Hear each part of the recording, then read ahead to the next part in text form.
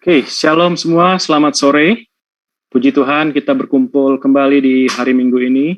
Saya percaya sukacita Tuhan selalu bersama dalam kehidupan kita. Sore hari ini kita akan mendengarkan satu pengajaran firman Tuhan yang saya beri judul Diam, Lihat, dan Nikmati.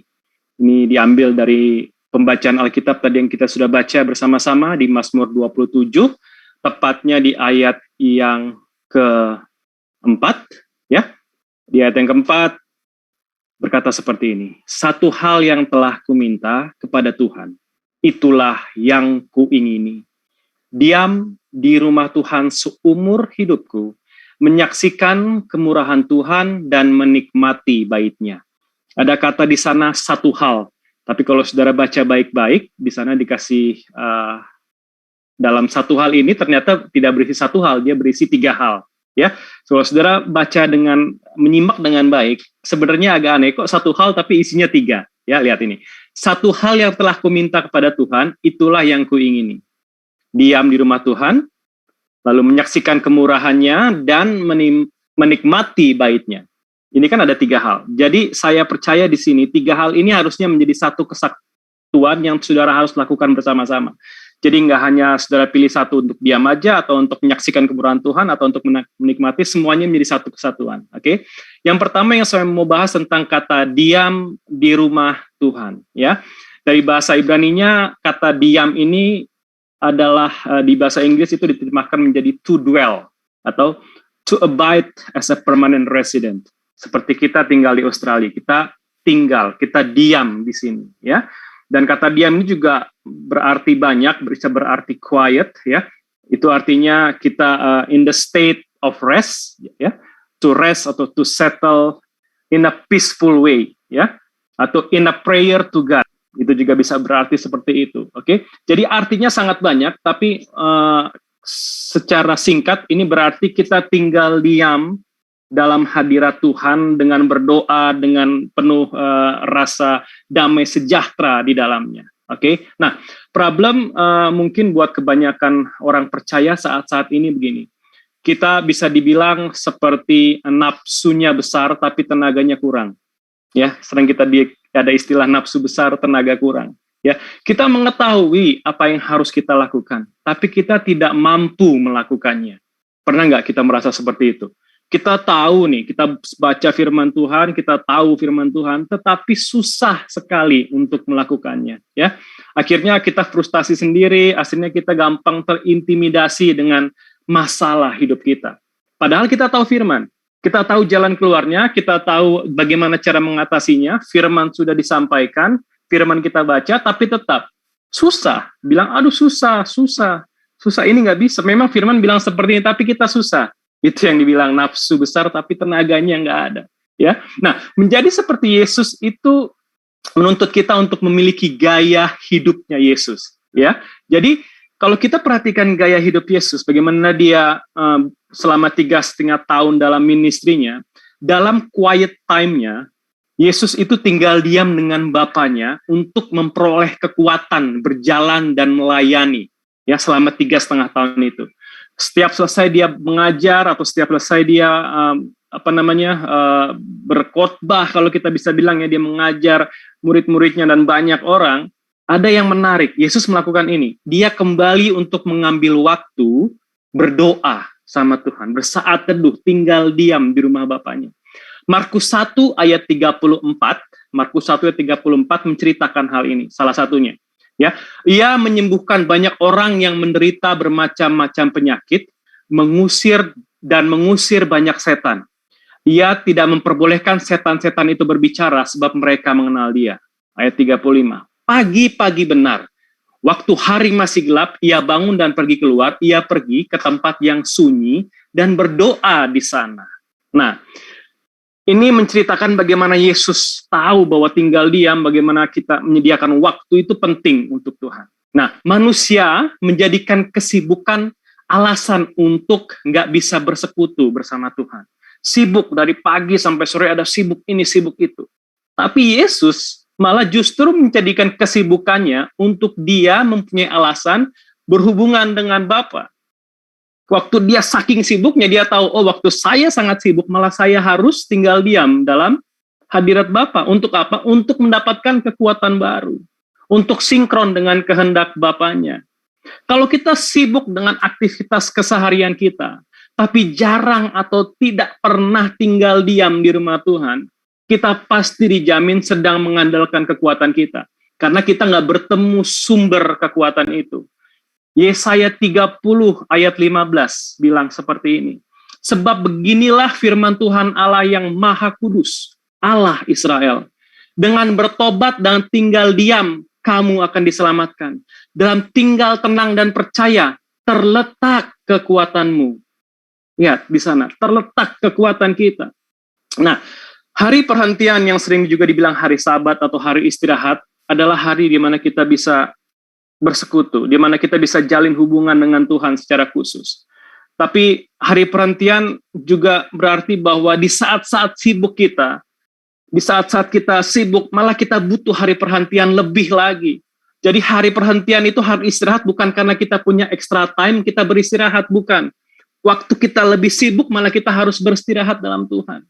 Keluaran bilang 24 bilang begini, 6 hari lamanya engkau bekerja, tapi pada hari yang ke-7 haruslah engkau berhenti. Dan dalam musim membajak dan musim menuai haruslah engkau memelihara hari perhentian juga. Jadi bukan karena ada libur kita berhenti baru kita bersekutu. Karena ada hari Minggu, karena ada hari Sabtu, nggak ada kerjaan baru kita bersekutu, bukan. Dibilang waktu dalam musim membajak dan musim menuai itu kan hari paling sibuk buat manusia. Disitulah harus ada hari perhentian buat kita. Tokoh-tokoh di Alkitab juga kita bisa belajar dari mereka. Bagaimana mereka menjadi pribadi yang kuat karena mereka punya waktu diam di bait Tuhan. Waktu orang-orang tidak melihat mereka, mereka dalam kamarnya, mereka tunduk kepalanya, mereka panggil Tuhan, di situ kekuatan mereka. Lihat Yusuf. Yusuf dipenjara selama 3 hari. Berapa tahun dia dipenjara? Selama 2 tahun. Apa yang Yusuf lakukan? Dia dikuatkan di sana. Waktu dalam sumur yang hanya dia bisa lihat ke atas. Lihat Tuhan di sana. Dalam kesendirian, waktu dia di penjara, dia bisa melihat ada kekuatan baru. Ya, Saulus juga seperti itu. Saulus lalu bertobat menjadi Paulus. Lalu apa yang dia lakukan? Dia menjadi luar biasa karena surat-suratnya yang dia tulis di dalam penjara. Dalam kesendiriannya dia. Dia dikuatkan, dia menjadi sangat berdampak bagi banyak jemaat. Yesus selama 30 tahun nggak ditulis di Alkitab apa yang dia lakukan. Waktu 3,5 tahun ministrinya, dia menjungkir balikan pemahaman akan kebenaran, akan siapa Tuhan, siapa Allah Bapa, siapa apa itu salvation, apa yang dia lakukan. Berasal dari 30 tahun dia nggak ditulis apa yang dia lakukan. Nah, jadi sore hari saya mau kasih tahu bahwa apa yang kita baca diam dalam rumah Tuhan itu sangat penting. Diam dalam baitnya. 1 Petrus ayat 7 bilang, kesudahan segala sesuatu sudah dekat. Karena itu kuasailah dirimu, jadilah tenang supaya kamu dapat berdoa. Nah, Bapak Ibu, mungkin ada 3 level ya dalam berdoa kita semua. Ada doa karena kita harus berdoa. Ada doa karena kita butuh berdoa. Dan ada doa ketiga, kita berdoa karena kita suka berdoa. Bapak Ibu di level yang mana? Di level harus karena harus disuruh berdoa, atau karena butuh berdoa, atau karena suka kita berdoa. Butuh tuh artinya kalau lagi susah baru berdoa gitu loh. Kalau nggak lagi susah, it's okay. Ya, itu artinya butuh. Harus karena disuruh sama gembalanya. Tapi karena kita suka berdoa. Nah, iblis itu membangun stronghold, membangun satu ikatan agar bilang seperti ini. Ini dalam pikiran kita ya. Mendengarkan Tuhan itu susah loh. Ya kan? Karena kita pikir gimana cara mendengarkan Tuhan? Apalagi diam dan berserah gitu. Apalagi menantikan Tuhan, itu lebih susah. Ya kan? Padahal waktu kita diam dalam Tuhan, waktu kita bertemu dengan sumber kekuatan, itu yang menjadi kekuatan kita melangkah ke depan. Nah, saudara sering dengar kata merenung, ya? Sering nggak dengar saudara kata merenung, perenungan, apalagi bahasa Inggrisnya meditation, ya? Perenungan itu adalah kata yang luar biasa, yang harus saudara benar-benar mengerti dengan baik, ya. Perenungan itu membuat kita sadar sebenarnya. Waktu orang merenung, dia baru arti kata merenung itu sebenarnya apa? Terbangun, awake, like he came to his senses, yang bahasa Inggrisnya bilang. Jadi dia mulai melihat, dia mulai sadar apa yang ada dalam dirinya. Itu kata merenung, saudara-saudara. Contohnya yang paling gampang di Alkitab, contoh jelasnya, saudara baca cerita si bungsu dan si sulung. Ingat ya, cerita si bungsu dan si sulung. Ya kan? Jadi si bungsu minta warisan, dia mau menikmati foya-foya. Si sulung tinggal di rumah bapaknya. Lalu apa yang terjadi dengan si bungsu? Si bungsu menjadi miskin karena uangnya habis. Lalu ini kalau saudara membaca Lukas 15 ya. Lalu si bungsu pada waktu uangnya udah habis, dia bilang, dia ingin mengisi perutnya, ditulis di sana, dengan ampas makanan babi, karena udah habis uangnya. Tapi tidak ada seorang pun yang memberikan kepadanya. Lalu ayat 17 tertulis, Bapak Ibu. Lalu ia menyadari, kata bahasa Inggrisnya dibilang sadar. Ya, he came to his senses. Ia kembali kepada Tuhan. Lalu ia mulai berkata dalam dirinya, betapa banyaknya orang upahan Bapakku yang berlimpah-limpah makanannya. Tetapi aku di sini mati kelaparan. Jadi waktu orang mulai merenung, mulai masuk diam di rumah Bapa, dia mulai sadar, oh ini ternyata masalah hidup saya. Oh ini jalan keluar buat masalah hidup saya. Oh ini yang menjadi selama ini menjadi jawaban Tuhan buat keluarga saya. Waktu apa? Waktu dia mulai merenung, mulai diam. Bukan waktu ada masalah mulai berkuar-kuar, mulai marah sana, marah sini, mulai bentak sana, bentak sini, mulai nggak sabar dan lain sebagainya. Jangan, diam dulu. Mulai merenung dulu, ada apa dalam hidup saya? Ada apa dalam keluarga saya? Ada apa dalam hidup saya? Waktu tinggal diam dan menantikan Tuhan itu, saudara-saudara, kita butuh kepercayaan sama Tuhan. Kita butuh kesabaran, kita butuh penyerahan diri. Makanya tadi Mazmur 37 yang kita baca sama-sama, dibilang seperti ini, percayalah kepada Tuhan dan lakukanlah yang baik. Ya, diamlah di negeri dan berlakulah setia. Ayat keempat dan ayat kelima, ayat keenam saudara baca. Ada kata di sana, bergembiralah, serahkanlah, percayalah, berdiam dirilah. Itu waktu kita berdiam di dalam Tuhan. Kita mulai percaya sama Tuhan. Kalau saudara bayangkan keluarga Nuh ya, waktu dia bangun bahtera itu bahtera dibangun bukan di pinggir pantai, Bapak Ibu. Itu bahtera dibangun di atas gunung. Bayangkan, bahtera dibangun di atas gunung. Makanya orang-orang di sekitarnya mulai meledek, ini apa yang dilakukan Nuh. Tapi Nuh percaya janji Tuhan, percaya akan perkataan Tuhan. Nantikanlah Tuhan. Again, Mazmur 27 ayat 13 tadi kita baca sama-sama. Sesungguhnya aku percaya akan melihat kebaikan Tuhan di negeri orang-orang yang hidup. Nantikanlah Tuhan, kuatkan dan teguhkan hatimu, nantikanlah Tuhan. Ya, jadi begini Bapak Ibu, kekuatan untuk kita hidup saat ini, di saat-saat mungkin susah saat-saat ini, itu bukan waktu janji Tuhan terrealisasi, bukan. Waktu kita sudah terima berkat, bukan. Kekuatan bukan dari situ. Kekuatan justru didapat saat kita menanti, saat kita menunggu, itu kekuatan kita. Makanya Yesaya 41, kalau saudara baca ayat 31 bilang seperti ini. Tetapi orang-orang yang menanti-nantikan Tuhan akan mendapat kekuatan baru. Mereka seumpama Raja Wali yang naik terbang dengan kekuatan sayapnya. Mereka berlari dan tidak menjadi lesu. Mereka berjalan dan tidak menanti lelah. Karena apa? Karena mereka menanti-nantikan Tuhan. Jadi kekuatan kita bukan karena kita udah diberkati, kita dapat pekerjaan, kita dapat yang selama ini kita doakan baru kita kuat, bukan. Di saat kita berdoa, di saat kita menangis, di saat kita udah bilang, Tuhan saya nggak bisa berbuat apa-apa lagi, Tuhan datang dengan kekuatan. Saya pernah alami itu dengan keluarga selama 12 tahun. Kami menangis, kami memukul diri kami bertanya, apa salah kami, kenapa Tuhan permalukan kami. Tapi ternyata baru saya renungkan, oh di situ kekuatannya. Bukan saat Tuhan memenuhi janji baru kita melompat-lompat bilang, oh ini kekuatan saya, bukan. Waktu kita menangis Bapak Ibu, waktu kita nggak tahu berbuat apa, Tuhan kasih kekuatan baru. Sama seperti yang terjadi dengan Paulus. Paulus tulis satu ayat, mungkin ini ya saudara tahu, ayat-ayat yang luar biasa. Di 2 Korintus 12 di saat di penjara dibilang seperti ini. Tetapi jawab Tuhan kepadaku, cukuplah kasih karuniaku bagimu. Sebab justru dalam kelemahanlah kuasaku menjadi sempurna. Sebab itu aku terlebih suka bermegah atas kelemahanku, supaya kuasa Kristus menaungi aku, ya. Baru dia bilang, karena aku senang dalam rela dan dalam kelemahan, dalam siksaan, dalam kesukaran, dalam penganiayaan, dalam kesesakan. Sebab jika aku lemah, maka aku kuat. Ini dalam penjara, bukan saat dia sudah dibebaskan. Saat dia dalam kesukaran, kesesakan, dia bilang, Tuhan, saat aku lemah, aku kuat. Karena aku tahu sumber hidupku. Ya, saya mau katakan satu hal ini, mungkin saudara akan kaget. Tapi ini yang kebenaran yang saudara baca di Alkitab. Saudara bisa temukan ini. Bahagia itu bukan hidup tanpa penderitaan.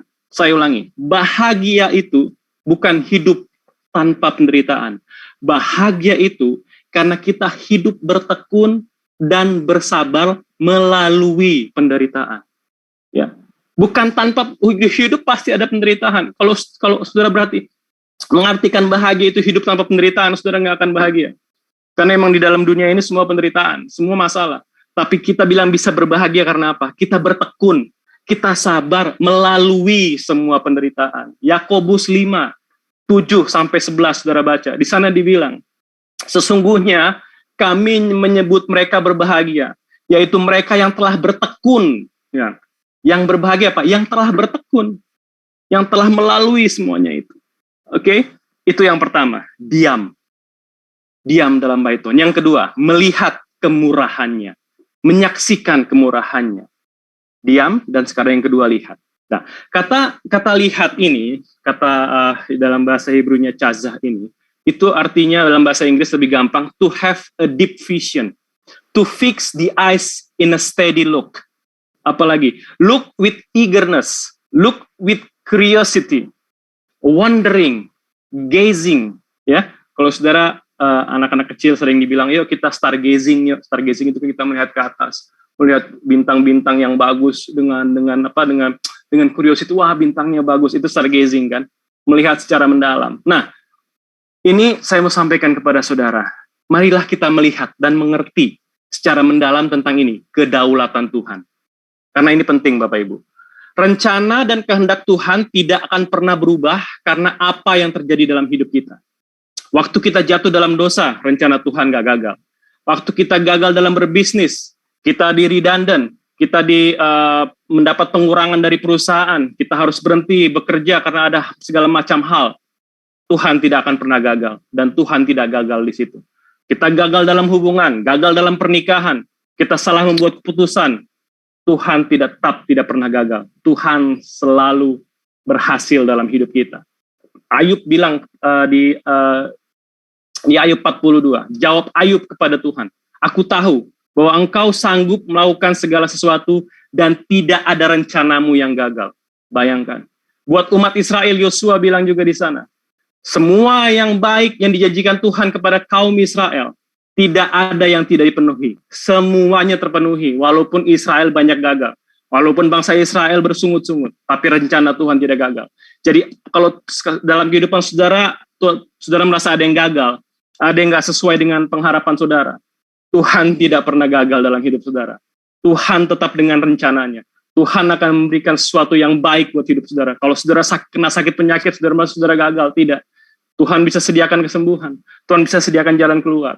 He is God who make the way.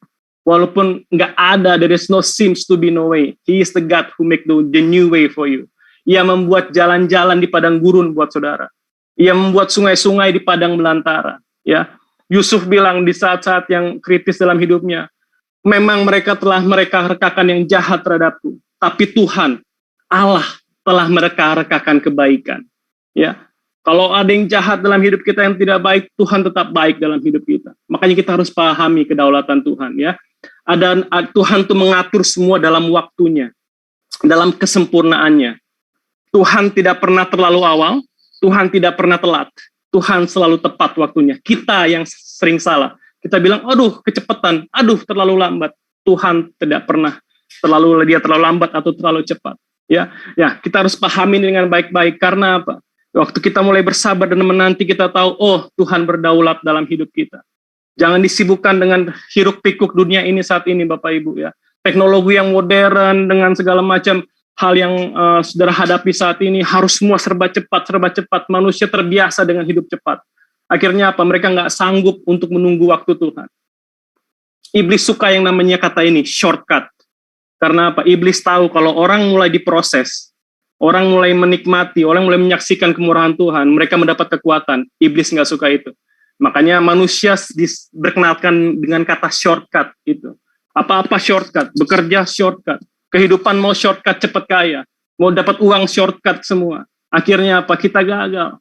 Kita gagal melewati yang namanya proses, melewati yang namanya apa yang Tuhan mau bentuk buat kita, agar kita timbul seperti emas. Ya, ingat, rancangan Tuhan selalu rancangan damai sejahtera. Mungkin kita lihat, oh ini terlalu panjang Tuhan proses hidupnya. Enggak, Tuhan mau kasih saudara kekuatan, Tuhan mau kasih saudara keberhasilan. Ingat, yang tadi dikatakan bahwa keberhasilan bukan karena kita hidup tanpa penderitaan, kebahagiaan bukan karena hidup tanpa menderita, karena kita bisa melalui proses itu. Ya, kita peka terhadap suara Tuhan.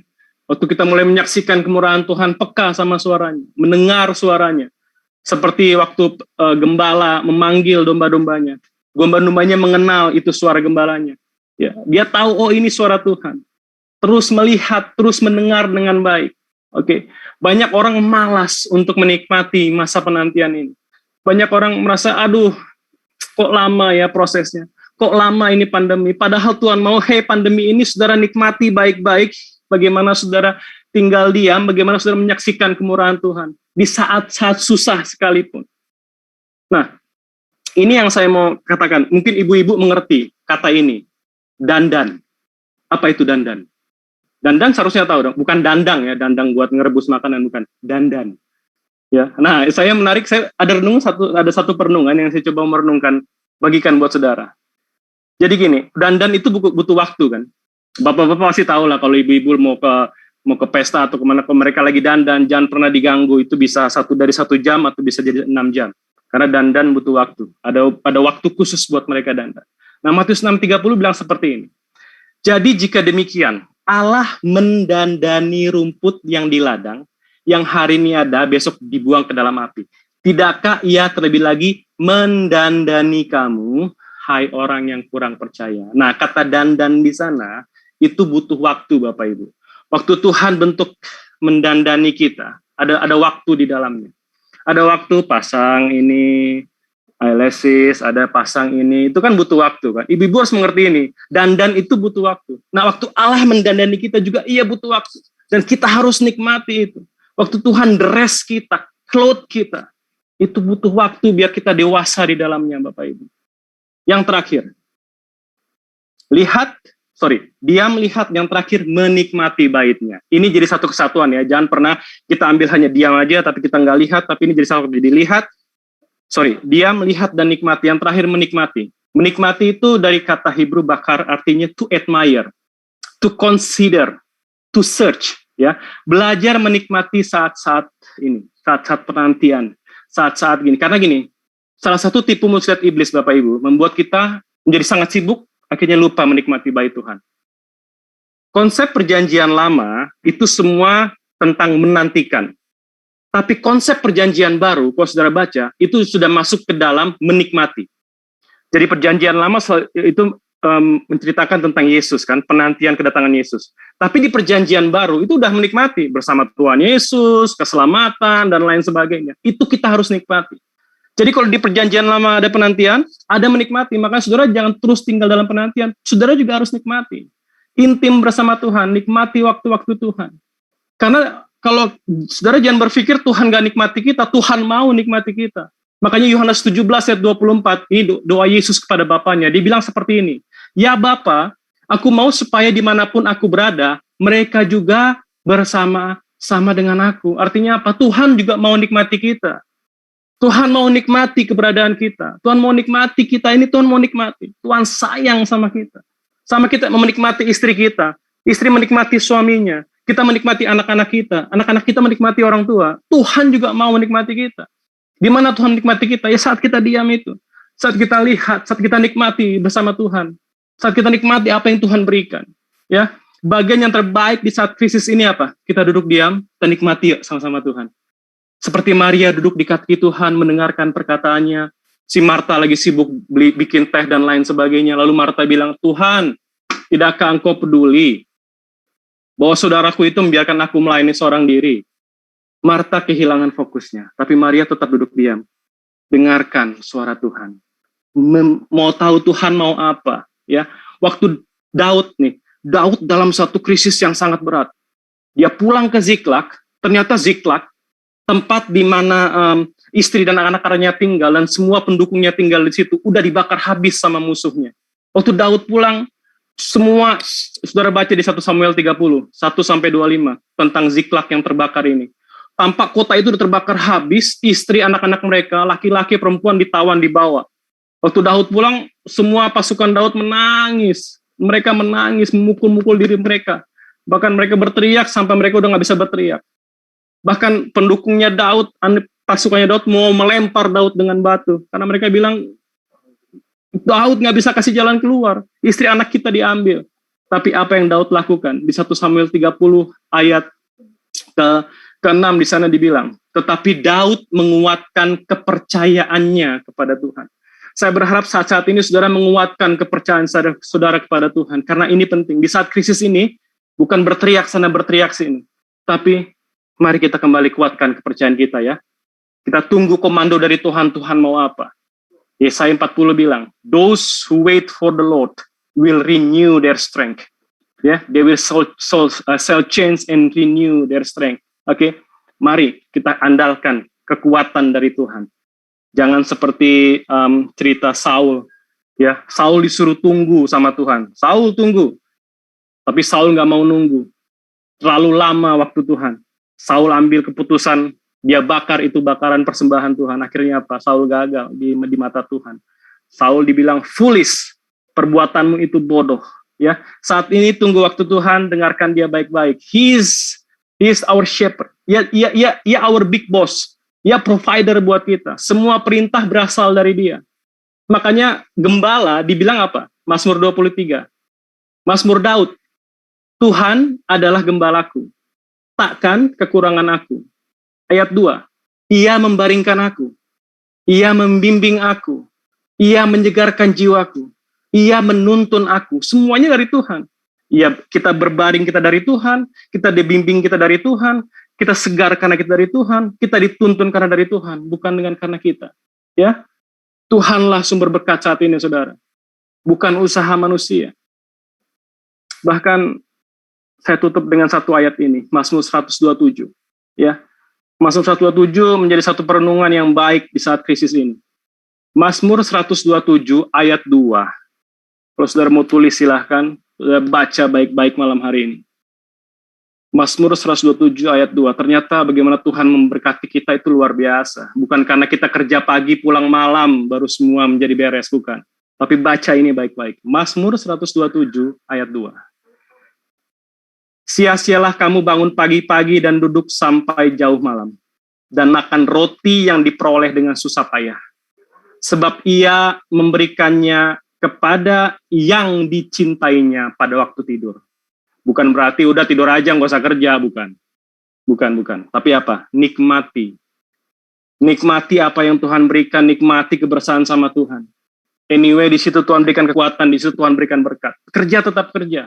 Nggak usah kita ngoyo, nggak usah kita lupa sama waktu bersama Tuhan. Lupa waktu bersekutu sama Tuhan. Lupa waktu untuk menikmati keluarga saudara. Lupa waktu untuk menikmati semua yang Tuhan berikan dalam kita. Semua berkat. Semua yang ada di meja saudara. Apa yang ada di meja saudara saat ini? Cuman telur ceplok, nikmati telur ceplok. Ada apa? Nasi putih, nikmati nasi putih. Karena apa? Kita menikmati apa yang mau Tuhan berikan buat kita. So, 3 hal ini. Diam di rumah Tuhan. Yang pertama. Kesabaran dan ketaatan dibutuhkan. Penyerahan diri. Yang kedua, lihat kemurahannya. Mengerti akan kedaulatan Tuhan. Tuhan berdaulat atas waktu-waktu ini. Ingat minggu lalu, segala sesuatu ada waktunya. Semua akan berakhir, ada musim yang baru. Bersiaplah. Kita diuji kepekaan kita akan suara Tuhan. Yang terakhir, nikmati yuk baik Tuhan. Nikmati hadiratnya. Duduk diam dekat kakinya, dengar apa yang mau Tuhan sampaikan. Ya, so sore hari ini, diam, lihat, dan nikmati kebaikan Tuhan. Tuhan memberkati. Amin.